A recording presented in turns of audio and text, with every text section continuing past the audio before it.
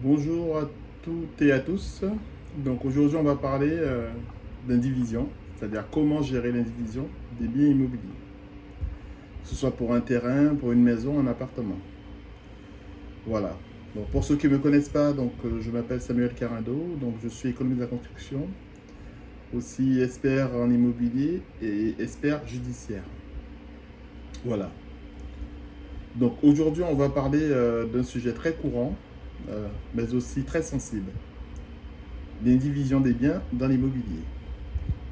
Que ce soit après un héritage, un achat ou à plusieurs, une séparation ou un divorce, l'indivision peut devenir source de conflit et de blocage et de stress. Terrain, maison, appartement. Comment gérer l'indivision intelligemment? Éviter les disputes et surtout prendre de bonnes décisions.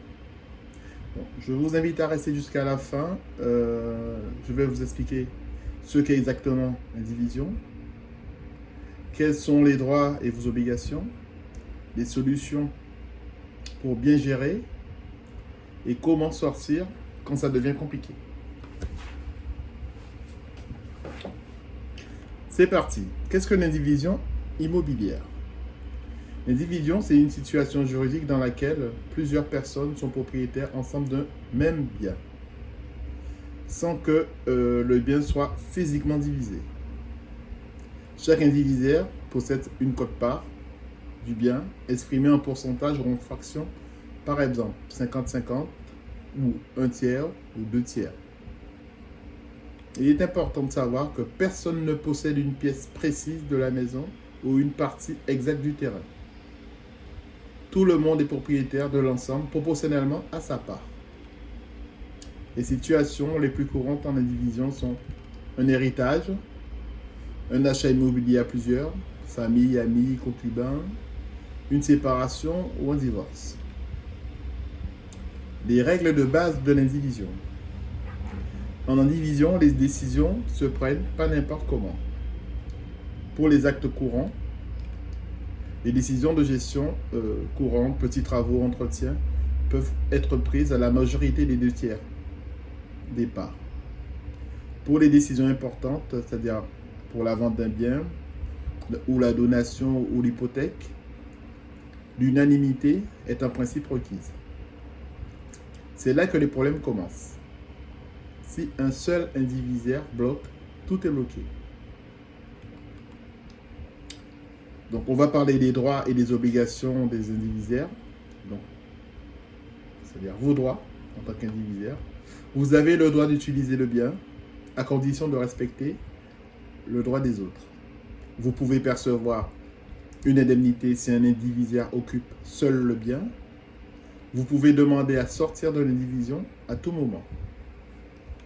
Vos obligations en tant qu'indivisaire: participer aux charges, taxes foncières, travaux, entretiens, respecter les décisions prises collectivement. Il faut savoir qu'un indivisaire qui ne paye pas ces charges peut créer de grosses tensions et des dettes.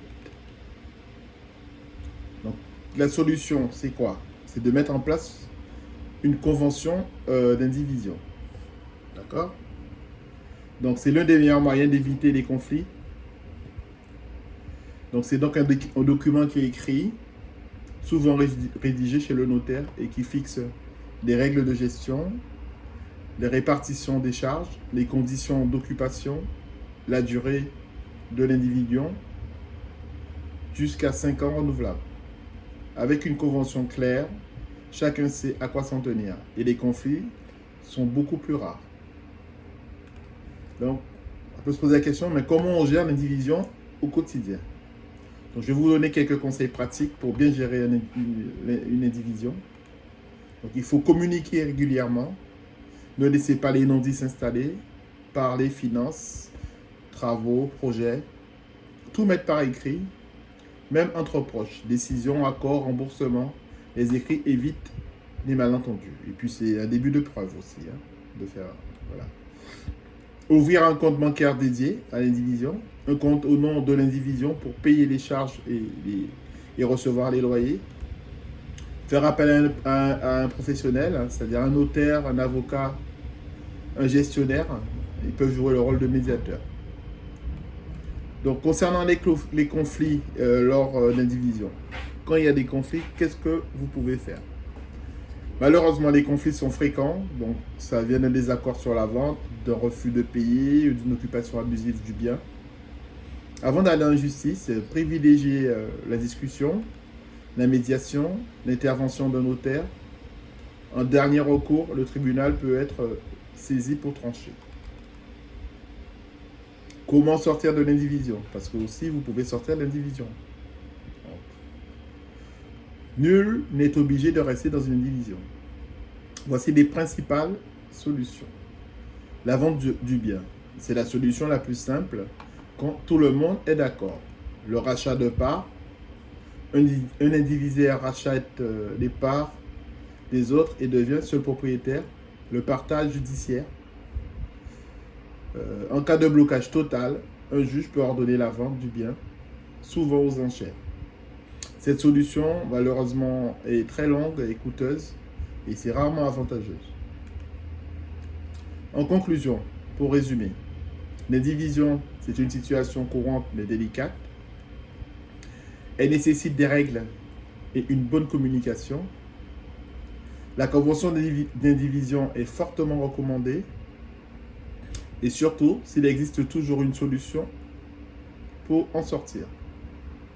C'est-à-dire, il existe toujours une solution pour s'en sortir. Voilà, si cette vidéo vous a aidé, je vous demande de bien vouloir liker et de vous abonner. Et de partager autour de vous. Dites-moi en commentaire si vous avez déjà vécu une indivision et comment ça s'est passé. Et puis restez abonnés sur ma chaîne parce que je vais vous présenter encore 2 autres vidéos sur l'indivision, c'est-à-dire comment vendre l'indivision et surtout pour une caractéristique pour les dom-tom, surtout pour la Guadeloupe. Hein, donc comment vendre en indivision en Guadeloupe avec la loi Letchimy. Voilà, à bientôt sur ma chaîne.